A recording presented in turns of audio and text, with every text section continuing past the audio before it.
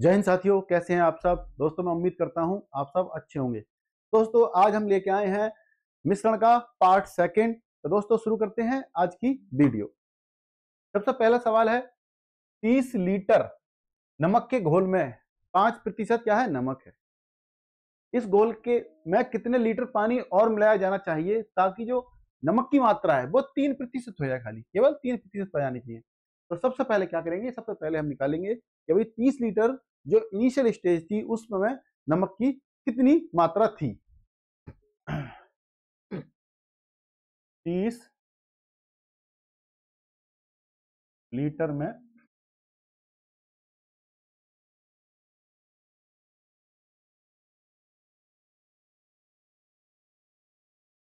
नमक के प्रतिशत मेरा 5%। तो नमक की मात्रा कितनी हो गई,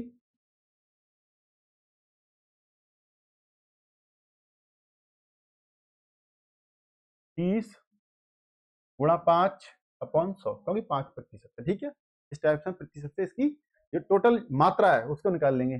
0 से 0 कट जाएगा, 5 से 2 तो आ जाएगा 3/2, यानी कि 1.5 लीटर। ठीक है, 1.5 लीटर जो है नमक इसमें मिला हुआ है टोटल।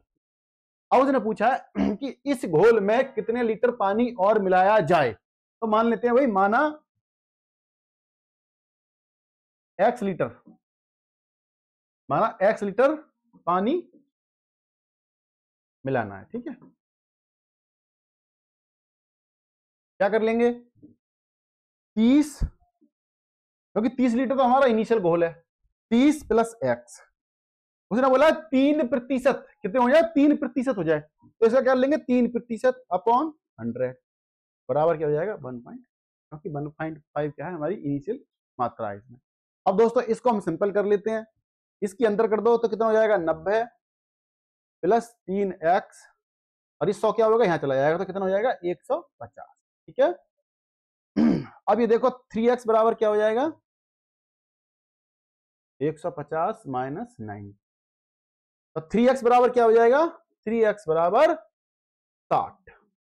तो x बराबर क्या आ जाएगा, 20 आ जाएगा, यानी कि क्या हो जाएगा, 20 लीटर, यानी कि इसमें 20 लीटर पानी और मिलाना चाहिए। तो क्या हो जाएगा, नमक की मात्रा क्या हो जाएगी, 3% हो जाएगी। दोस्तों बहुत अच्छा सवाल है, एनटीपीसी में आया हुआ सवाल है दोस्तों, बिल्कुल बनाते हुए चलें और रिवीजन करें ज्यादा से ज्यादा। दूध पानी के एक मिश्रण का 2/3 भाग दूध है। क्या पूछा, मिश्रण की कुल मात्रा 21 लीटर है भाई, 2/3 भाग दूध है, तो मिश्रण मिश्रण कितना है, 21 लीटर। दूध कितना है, 2/3। तो पानी कितना हो जाएगा, 1 माइनस 2/3 बराबर कितना हो जाएगा, 1/। अब दूध की हमें मात्रा निकालनी है, कितनी, कैसे निकालेंगे, 21 गुणा 2/3, 3 से कट जाएंगे, कितना आ जाएगा, 14। अब पानी कितना आ जाएगा, तो दूध कितना आ गया दोस्तों हमारा, दूध बराबर आ गया 14 लीटर। ठीक है, 14 लीटर, तो पानी कितना बच गया हमारा, 21 माइनस 7 कर दो बराबर 21 माइनस 14 बराबर 7 लीटर। ठीक है, आगे 7 लीटर। अब उसने पूछा कि यदि इसमें 4 लीटर पानी और मिला दिया जाए तो मिश्रण में दूध का प्रतिशत क्या रह जाएगा। अब देखो मिश्रण हमारा कितना था भाई, मिश्रण हमारा कितना था, मिश्रण बराबर 21 लीटर, वो कह रहा है 4 लीटर और पानी मिला दिया जाए, क्या हो जाएगा, +4, कितना हो जाएगा, 25। ठीक, दूध हमारा कितना था, 14 लीटर,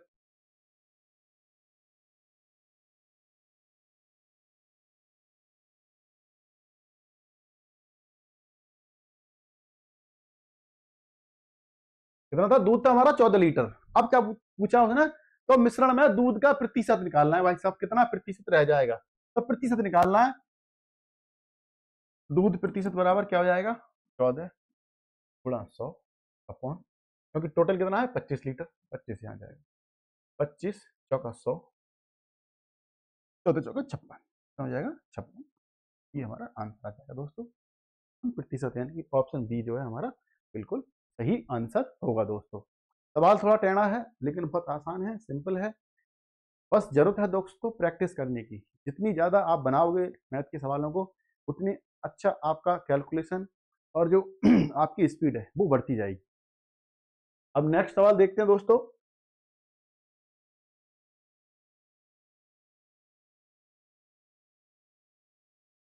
पांच लीटर चीनी के मिश्रण में 6% चीनी है, उसमें से 1 लीटर पानी भाप बन जाता है, तो शेष मिश्रण में चीनी का प्रतिशत ज्ञात करो। तो भाई साहब 5 लीटर है, 5 लीटर बराबर कितने मान लो, हम मान लेते हैं 5000 ml कर लो।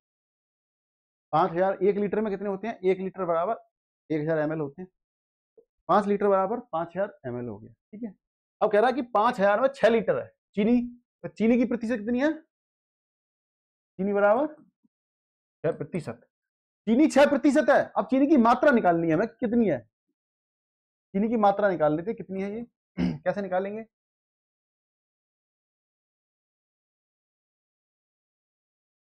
5000 टोटल मात्रा हो गई, क्यों 100 से हमें भाग करनी पड़ेगी, 1% निकालना है, 50 कितना हो जाएगा 300,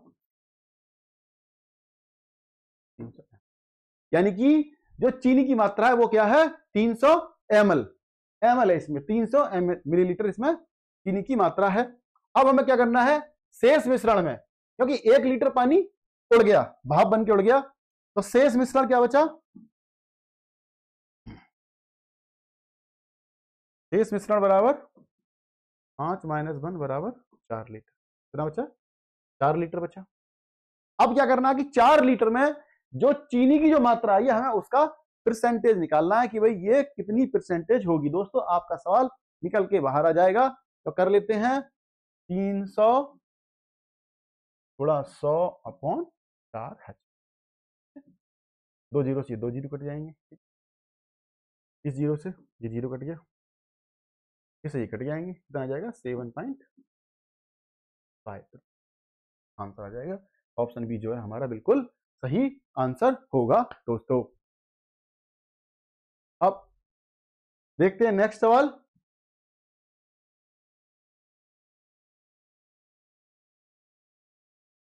किस अनुपात में 30% पोटेशियम नाइट्रेट घोल को 60% पोटेशियम नाइट्रेट घोल के साथ मिश्रित किया जाना चाहिए ताकि परिणामी घोल 40% हो जाए। जब दोस्तों इस टाइप का कोई सवाल आता है कि उसी घोल के अंदर ही उसकी परसेंटेज बढ़ाई जा रही हो और फिर परिणामी परसेंटेज पूछी जाए, तो दोस्तों कैसे करते हैं, इसमें करते हैं 30% हो जाएगा, इधर ये 60%, दोनों को मिला के कितना करना है 40%। दोस्तों अब क्या करते हैं, ये इससे कितना है 20 हो जाएगा, यहाँ पे ये इससे कितना है 10 हो जाएगा दोस्तों, ये अनुपात आ जाएगा, 0 से 0 काट दो हट जाएगा, तो हमारा आ जाएगा सीधा 2:1 में मिलाया जाना चाहिए। ऑप्शन क्या है हमारा, ऑप्शन ए बिल्कुल ठीक हो जाएगा दोस्तों, इसमें कुछ करना नहीं है। ये देखो ये 60 है, ये 40 है, यहाँ पे 20 आ जाएगा, ये 30 है, ये 40 है, यहाँ पे कितना आ जाएगा 10 आ जाएगा दोस्तों।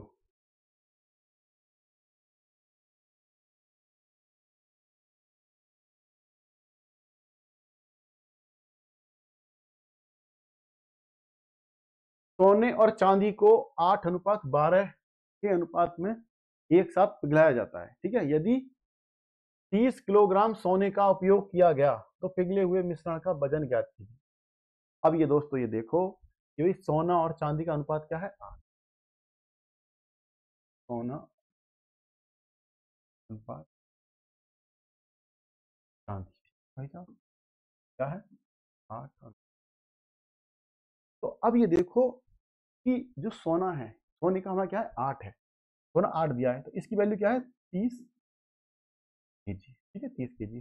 तो चांदी की निकालनी है, तो चांदी की कैसे निकलेगी भाई साहब, क्योंकि टोटल हमें वो निकालना है, तो चांदी कैसे निकालेंगे, चांदी क्या कर देंगे 30 गुणा 12 अपॉन 8 से ये सोने की वैल्यू है, जो कर देते हैं भाई साहब, इससे काट दो ये हो जाएगा 15 और यहाँ आ जाएंगे 4, 4 से यहाँ हो जाएगा 4 तिया 12, 15 तिया 45। तो चांदी कितनी हो गई? 45 kg। सोना कितना है? 30 kg। तो टोटल कितना हो गया? 45 और 30 75 kg। आंसर क्या आ जाएगा हमारा? डी, यानी कि ऑप्शन जो डी है बिल्कुल सही आंसर हो जाएगा दोस्तों। चुटकियों में सवाल बनते हैं दोस्तों, बस प्रेजेंस ऑफ माइंड रखो अपनी, और एग्जाम में कोई भी सवाल हो, कितना भी टेढ़ा सवाल आ जाए, घबराना नहीं है, ठीक है। अपने आप पे पेपर को हावी नहीं होने देना है, आपको पेपर के ऊपर हावी होना है और टाइम मैनेजमेंट करना है, तो आराम से आप इन सवालों को बना सकते हो।